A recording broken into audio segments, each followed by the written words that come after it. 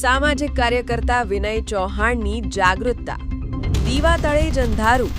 Smart city ગણાતા વડોદરા શહેરના સરકારી ઇમારતોની પાસે જ રોડમાં ખાડા પડેલા છે.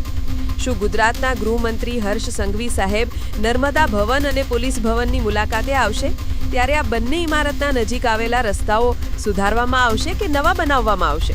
નમસ્કાર દર્શક મિત્રો, હું આજે વડોદરા શહેરમાં આવેલા પોલીસ ભવન ખાતે આવેલો છું. પોલીસ ભવન બાજુમાં જ નર્મદા ભવન આવેલું છે અને ત્યાં લગભગ તંત્રના બધા જ લોકો બેસે છે, મોટા મોટા વ્યક્તિઓ બેસે છે.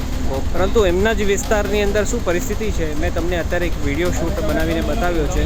જો એ લોકો પોતાના જ વિસ્તારની અંદર રોડ રસ્તાની હાલત જો સુધારી શકતા ન હોય તો વડોદરા શહેરની તો શું હાલત કરશે એ તમને જણાવવા આવ્યો છું. આ જરૂરથી જોજો અને વિડીયો જરૂરથી શેર કરજો, જેથી આ વિડીયો વાયરલ થાય ને આ લોકો જે ઊંઘમાં છે એ ઊંઘમાંથી ઉઠે અને પછી કંઈક કાર્યવાહી કરે. જય હિન્દ.